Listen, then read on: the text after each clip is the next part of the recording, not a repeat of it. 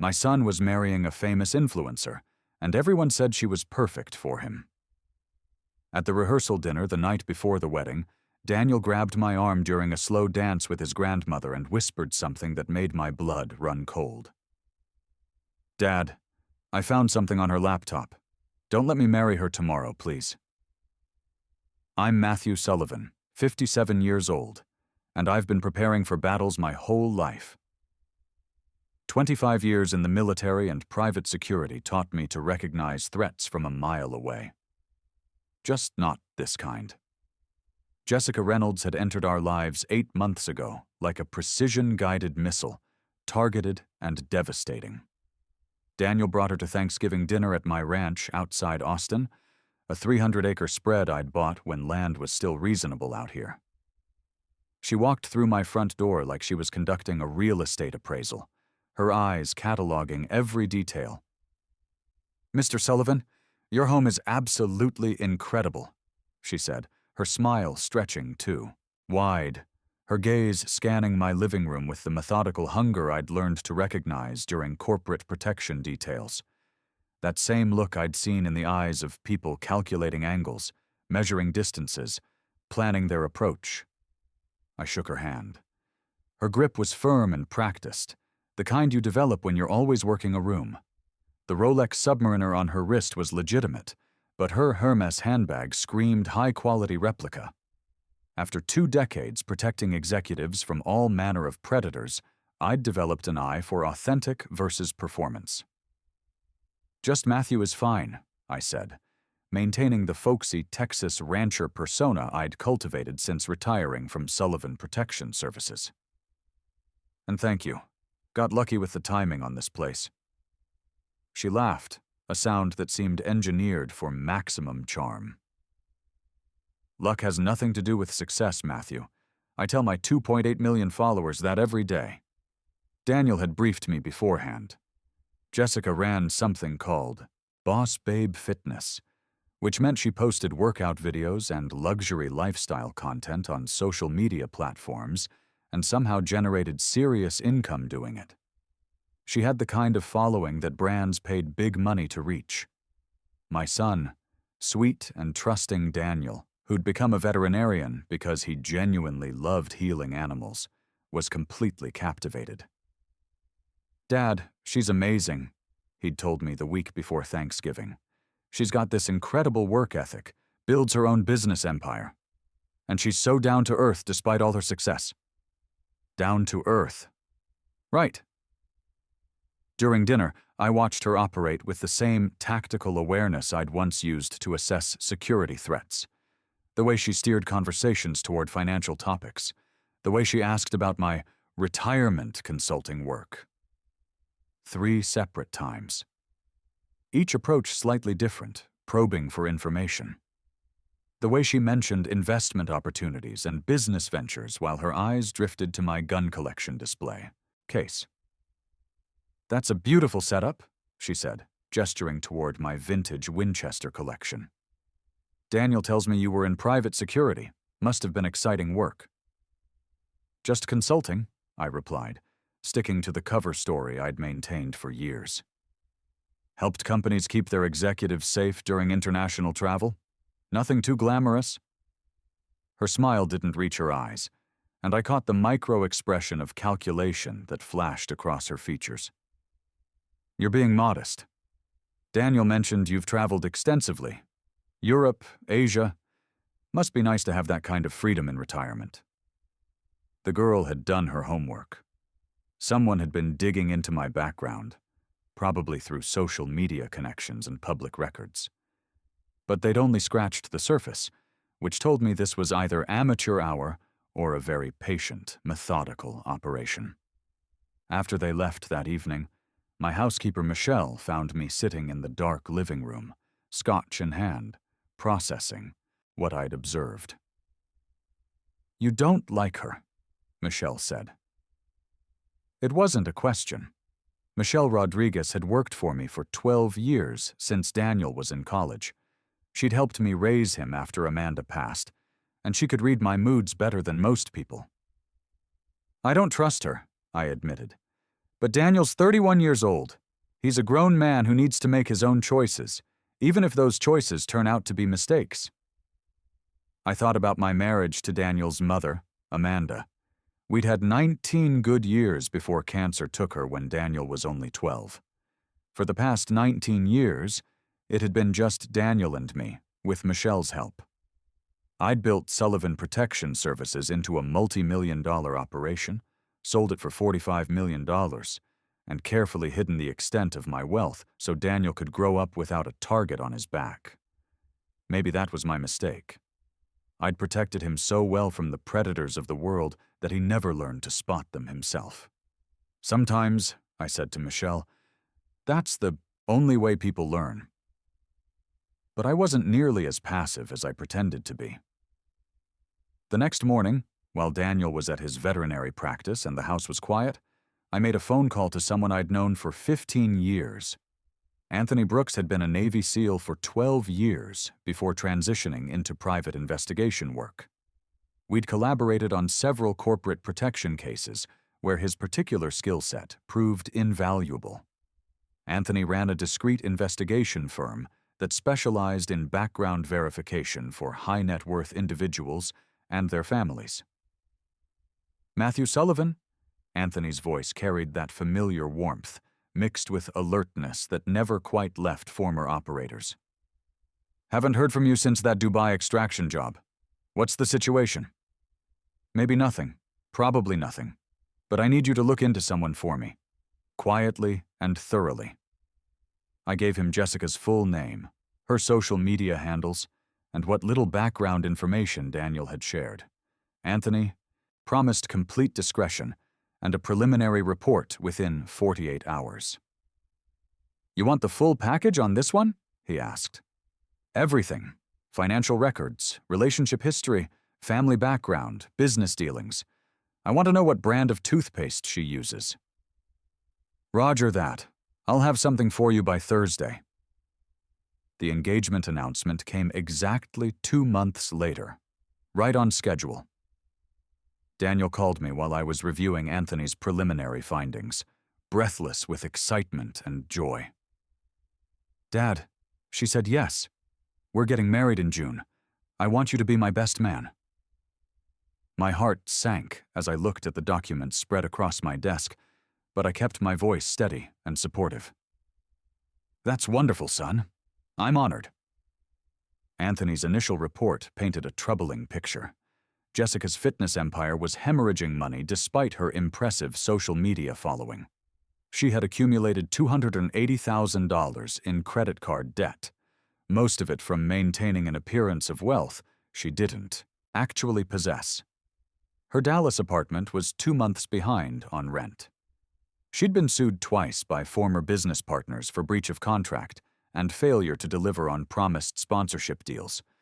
But financial struggles weren't necessarily criminal. Young entrepreneurs made mistakes, took risks that didn't pay off. I'd certainly made my share of poor decisions in my early business years. What concerned me more was the pattern Anthony had uncovered in her personal relationships. Jessica had been engaged twice before, both times to men from wealthy families. Both engagements had ended abruptly with sealed settlements and non-disclosure agreements that prevented the men from discussing what had happened. Her brother Christopher, who worked as her business manager and social media coordinator, had his own checkered past. A bankruptcy filing from 3 years ago and a restraining order from a former girlfriend who'd accused him of financial manipulation. Still, I kept this information to myself. Daniel was genuinely in love, and young people deserved the chance to make their own choices, even their own mistakes. Maybe Jessica had learned from her past relationships. Maybe she'd matured. Maybe she truly loved my son. I wanted to be wrong about her. I really did. The wedding planning consumed the next 6 months, and Jessica threw herself into it with the same energy she brought to her social media empire. She insisted on the Willowbrook estate, a renovated antebellum mansion outside Austin that charged $35,000 just for the venue rental. The place was undeniably beautiful, with sprawling oak trees and manicured gardens that would photograph perfectly for her Instagram content.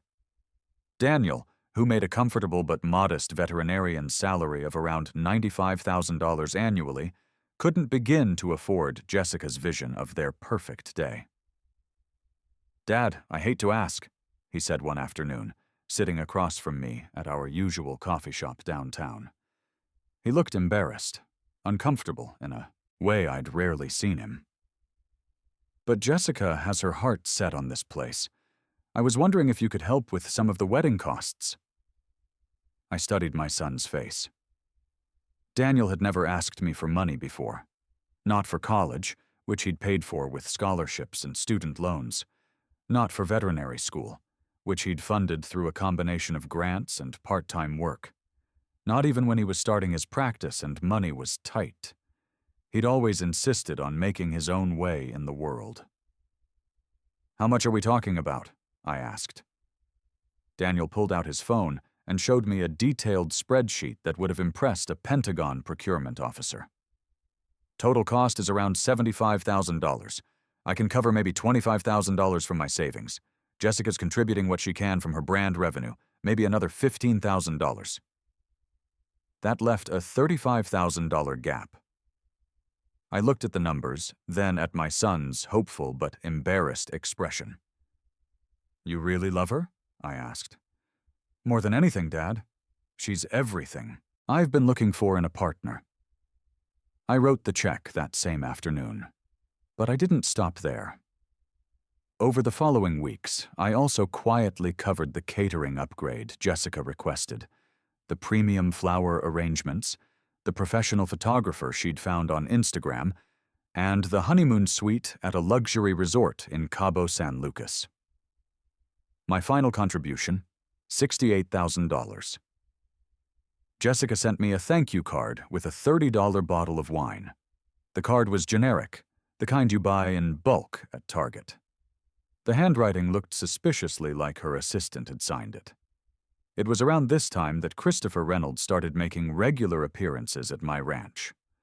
Always with a plausible reason, always with that same calculating look I'd noticed in his sister. "Matthew, my man," Christopher said one evening, settling into my leather recliner like he'd been coming over for years. He was a lean guy in his early 30s, with the kind of aggressive charm that worked well in sales. "Jessica mentioned you. Might be looking for some investment opportunities. I've got some ideas that could really accelerate your retirement portfolio." I kept my expression neutral, interested but not eager. "I'm pretty conservative with my money these days, Christopher. Just index funds and municipal bonds, mostly. That's the problem with your generation. No offense." He leaned forward, his eyes bright with enthusiasm. "Money should work harder for you. I've got connections in cryptocurrency, NFTs, some pre-IPO opportunities that could triple your net worth in 6 months." "I appreciate the thought, but I'm comfortable where I am financially." Christopher's smile tightened almost imperceptibly. "You know, when Daniel and Jessica get married next month, we're going to be family. Family should help each other out, share opportunities, look out for each other." I stood up, walked to the front door, and opened it. "Thanks for stopping by, Christopher. I'm sure you have a busy evening ahead." He left, but not before taking several photos of my living room with his phone. He thought he was being subtle about it, holding the phone low and pretending to check messages. 25 years in security work teaches you to notice these things. That night, after Christopher's car disappeared down my long driveway, I called Anthony Brooks again. "I need the full deep dive," I told him, "both Jessica and Christopher Reynolds. I want everything you can legally obtain. Financial records, court documents, witness statements, social media forensics, the works." "This is going to take significant time and resources, Matthew. We're talking about a comprehensive investigation." "Whatever it costs. My son's wedding is in 4 weeks." Anthony's complete report arrived exactly 1 week before the wedding, delivered in person in a thick manila folder that felt heavy with consequence. What I read that night in my study made my blood run cold. Jessica and Christopher weren't just financially irresponsible. They were running a sophisticated long-term con game, and they'd perfected it over multiple victims. The pattern was always the same. Jessica would target a wealthy family through their most vulnerable member, usually a son or daughter looking for love. She'd build a genuine-seeming relationship over many months, get engaged, and extract as much money as possible during the wedding planning phase. Then came phase 2. Either a divorce that awarded her half the assets, or in the most disturbing case Anthony had documented, having the wealthy father declared mentally incompetent so they could gain power of attorney over his finances.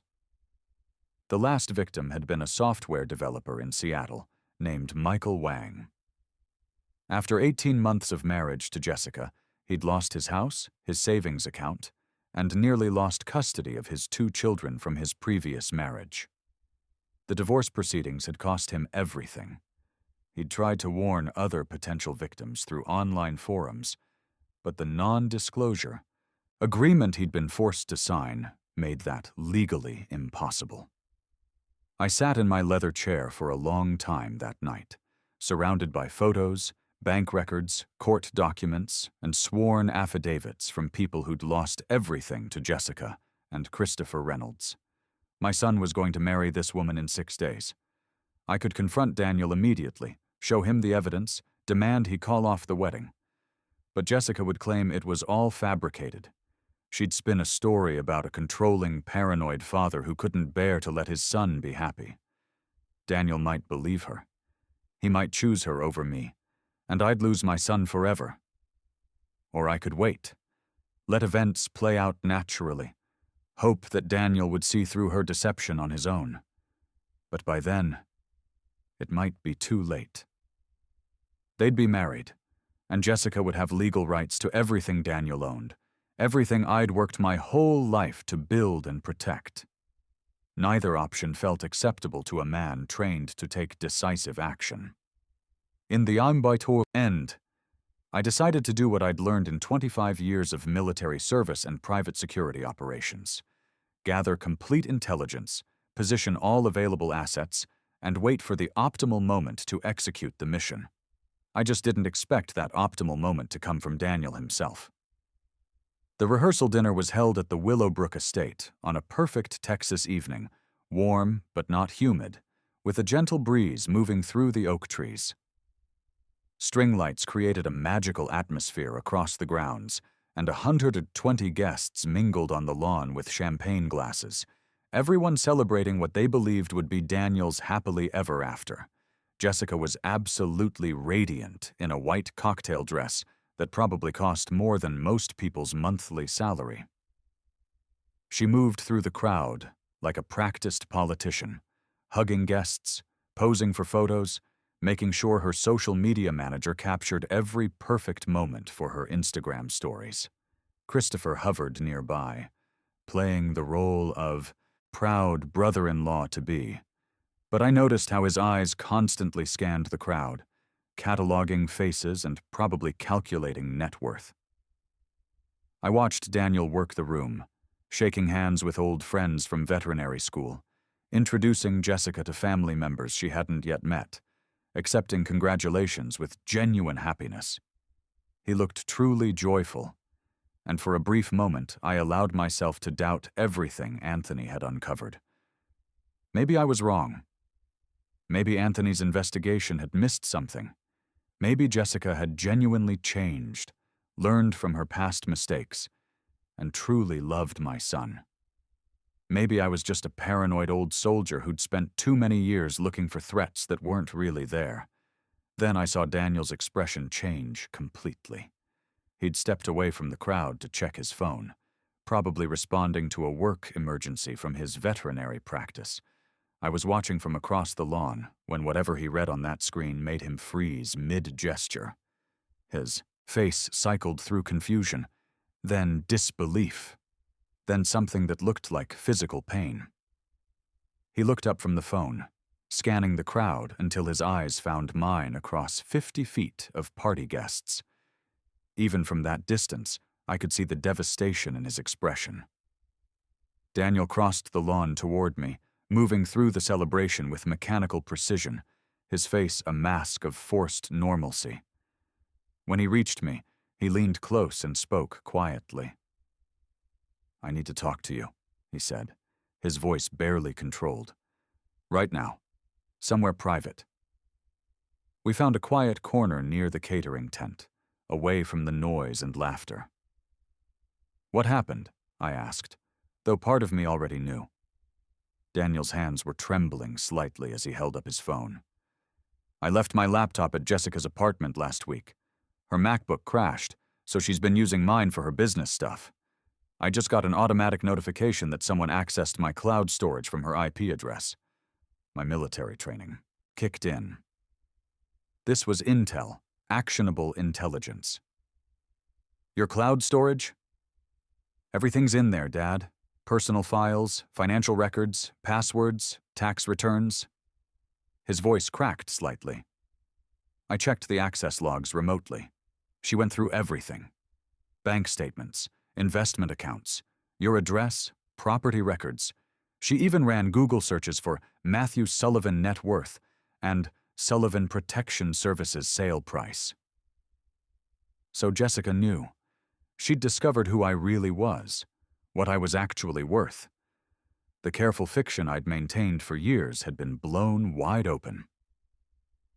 "There's more," Daniel continued, and his voice carried the kind of devastation I'd heard in combat zones when soldiers discovered they'd been betrayed by trusted allies. He pulled up his laptop's messaging app on his phone.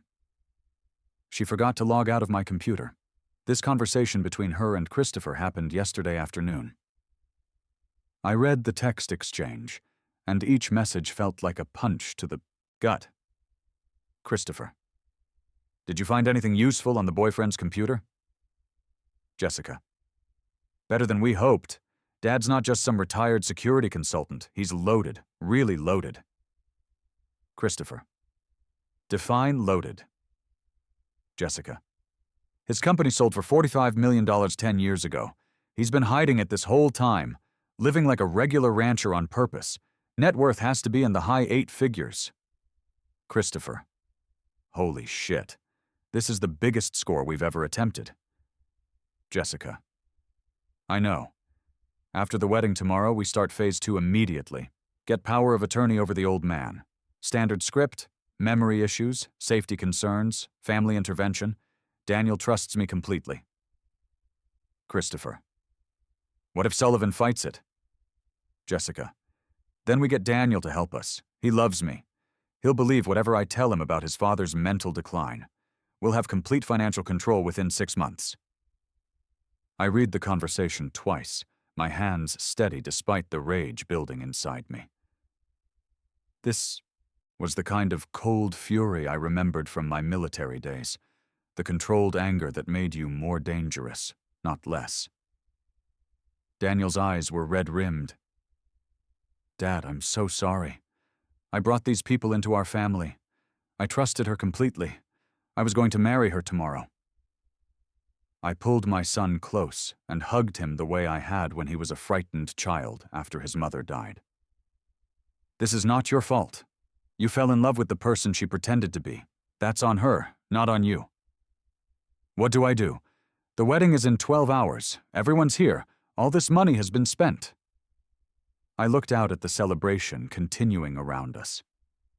Jessica was laughing with her bridesmaids, probably posting Instagram stories about her perfect rehearsal dinner. Christopher was taking photos of the estate grounds, likely for their con artist portfolio. 120 guests were enjoying an evening they thought was about love and commitment, not knowing they were witnessing the final stages of a calculated financial assault. "Do you trust me?" I asked Daniel. He nodded without hesitation. "With my life." "Then go back out there. Act completely normal. Get through tonight like nothing has changed. Tomorrow morning, leave everything to me."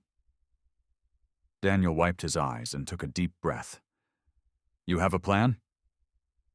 I smiled, and it was the same smile I used to wear during mission briefings when we were about to execute an operation that would change everything. "Son, I've been planning this since Thanksgiving dinner. I just didn't expect you to hand me the perfect opening."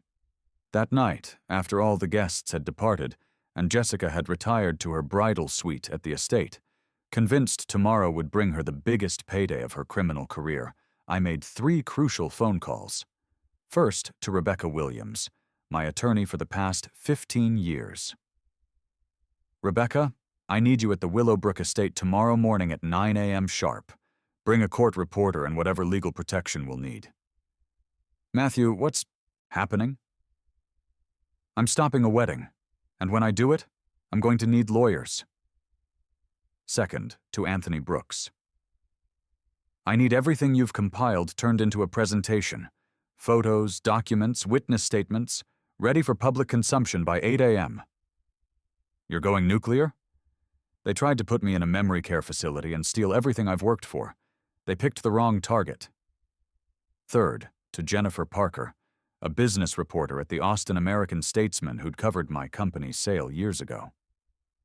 "Jennifer, I've got the exclusive story of the decade for you. Be at the Willowbrook estate by 10 a.m. tomorrow. Bring a photographer."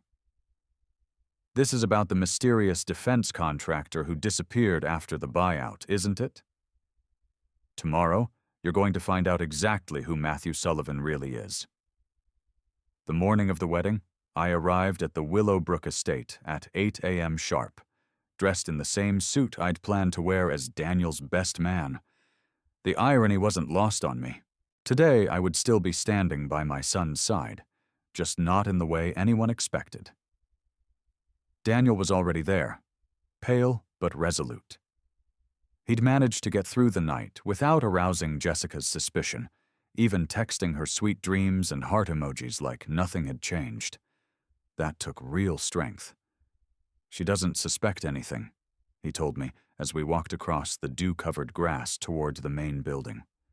"She sent me a good morning message about how excited she is to become Mrs. Sullivan today." Mrs. Sullivan, the name she'd planned to use while systematically destroying everything our family had built. Rebecca Williams arrived at exactly 9 a.m. with a paralegal and court reporter in tow. Anthony Brooks followed with several boxes of documentation and a laptop loaded with his investigation findings. By 8:45, we had commandeered a small conference room near the main hall and spread out our evidence like a military operation planning session. "You understand there's no going back once you do this?"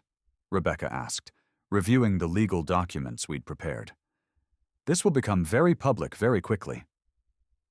"I've been sure about this since Thanksgiving dinner," I told her. "I was just waiting for the right moment to execute." The wedding ceremony was scheduled for 11 a.m. Guests began arriving at 10 a.m., the same 120 people from last night's rehearsal dinner, now dressed in their wedding finest. I watched from the conference room window as cars pulled up the circular drive, depositing friends and family members who had no idea they were about to witness something completely different than they'd expected. Jessica appeared at 10:30, absolutely stunning in her wedding dress, surrounded by her bridesmaids and a flurry of activity. She saw Daniel across the lawn through the main hall windows and waved enthusiastically, blowing him a kiss. He waved back, his expression steady. I was proud of his composure under pressure. At 10:45, with guests seated and the string quartet playing softly, I walked to the front of the ceremony space. The wedding coordinator tried to intercept me, confused by the deviation from the planned program. "Sir, the processional doesn't start for another change of plans," I said gently but firmly, moving past her. I took the microphone from the quartet's music stand and tapped it twice. The soft chatter of 120 guests gradually quieted. "Ladies and gentlemen, may I have your attention, please?" Every face in the crowd turned toward me. Jessica, who had been making her final preparations behind the main building, froze when she heard my voice amplified across the grounds. She appeared at the edge of the ceremony space, her father's arm linked with hers, her expression shifting from confusion to alarm as she realized something was very wrong. "I'm Matthew Sullivan, father of the groom, and I have an announcement that cannot wait until after the ceremony." Jessica's smile flickered like a candle in the wind. Across the crowd, I spotted Christopher near the back, his face pale as he obviously recognized that their carefully laid plans were about to implode. "This wedding is canceled," I announced clearly, "immediately and permanently." The reaction was instantaneous.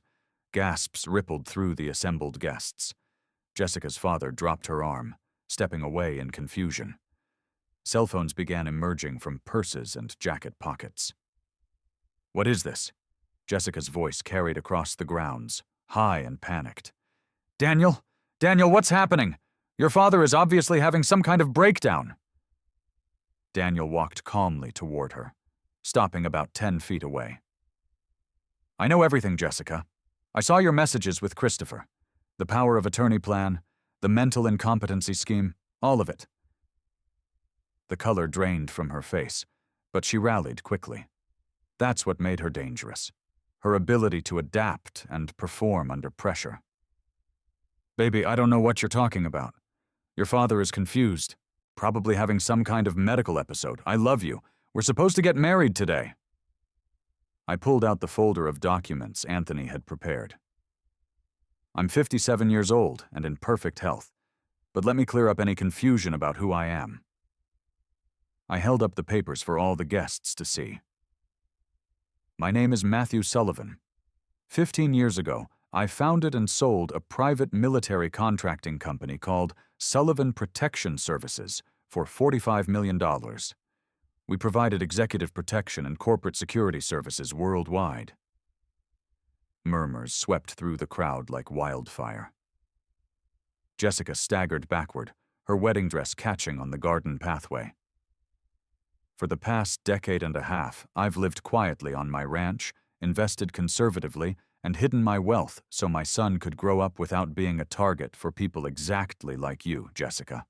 Christopher had started edging toward the parking area, but Anthony Brooks stepped smoothly into his path. "Christopher Reynolds," Anthony said, with professional courtesy. "Anthony Brooks, Private Investigations. I think we need to have a conversation." Jessica made one final desperate play, tears streaming down her face as she addressed the crowd of guests. "This is absolutely insane. Daniel, your father is obviously having a paranoid breakdown.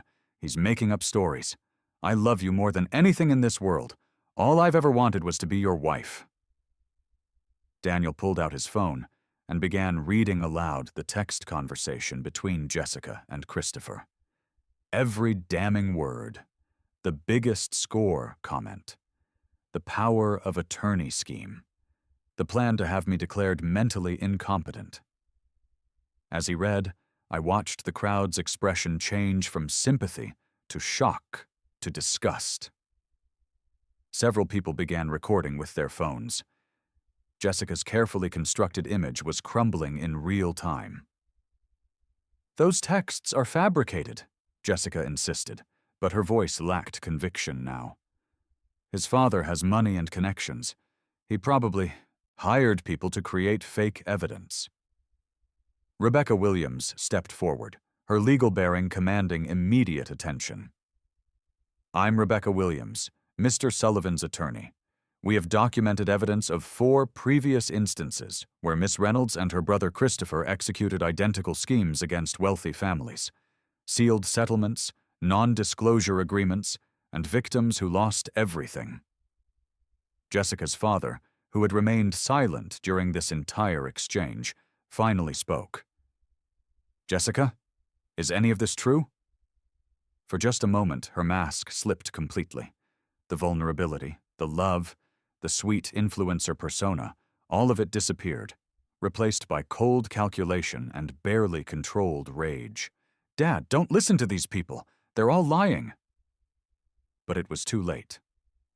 The police had arrived, responding to the call I'd made from the conference room 20 minutes earlier.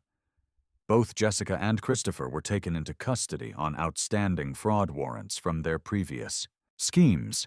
The next few hours were a blur of police statements, confused guests, and social media posts that would make this wedding one of the most watched videos of the year. Jennifer Parker, from the Austin American-Statesman, arrived with her photographer and got the exclusive story she'd been promised. By evening, defense contractor Millionaire Stop's wedding exposes con artist ring was trending across multiple platforms. Daniel and I drove home together in contemplative silence as the Texas sun painted our familiar hills in gold and purple. "I'm sorry, Dad," he finally said, "for everything." "You have nothing to be sorry for, son." I should have seen through her. The signs were all there. I pulled over and turned to face him. "Daniel, you're a good man with a generous heart. You're trusting and kind and genuine. Those aren't weaknesses. They're the best parts of being human. She exploited those qualities, but don't you dare let her make you ashamed of who you are." Over the following months, the full scope of Jessica and Christopher's operation became clear. 6 families across 4 states had been victimized. Jessica was sentenced to 8 years in federal prison. Christopher received 6 years. Their assets were liquidated to provide restitution to previous victims. 8 months later, Daniel introduced me to Catherine Stone at a veterinary conference in San Antonio. She was a veterinary nurse specializing in wildlife rehabilitation, with kind eyes and a genuine laugh. When she looked at Daniel, I saw something I'd never seen in Jessica's eyes: real love. "Your father is something of a local legend," Catherine told Daniel during dinner at my ranch. "He's just my dad," Daniel replied. "He makes terrible coffee, worries too much about my driving, and beats me at chess every single time." "That's because you're impatient," I said. "Chess rewards strategic thinking and patience." Catherine smiled.